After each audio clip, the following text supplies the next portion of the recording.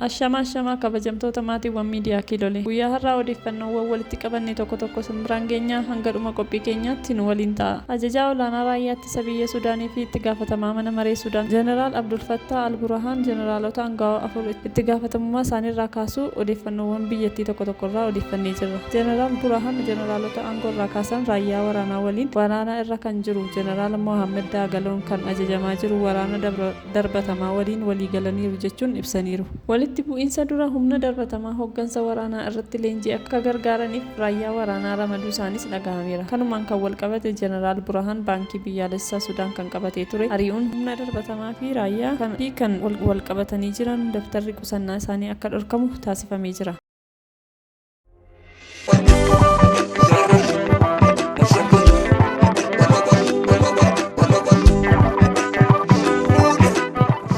Jilli paarlaamaa Afrikaa kibbaa paarlaamaa Itoophiyaa waliin muuxannoo wal jijjiiruuf Itoophiyaa galuu ibsame. Mana maree bakka bu'oota uummataatti ministeerri deetaan waamamaa Itoophiyaa gargaaran Piroofeesar Mihiratu Shaanqoon jilichaaf simannaa taasisaniiru.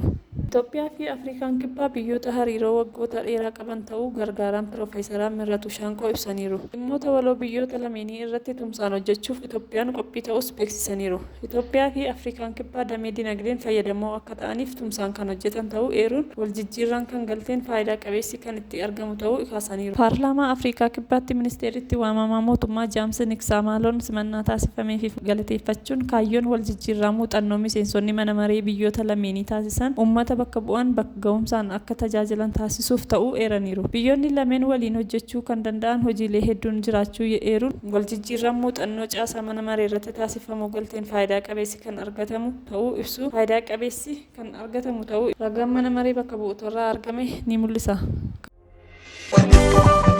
Kabajamtoota dhaggeeffattoota qophii keenyaa guyyaa har'aa kana qabannee kan dhiyaanne kanumaan golomnaa qophii itti aanuun amma walitti deebinuti turtii gaarii qabaadhaa. Laayik, sheer, sabiskiraayib gochuun dagatiina galatooma.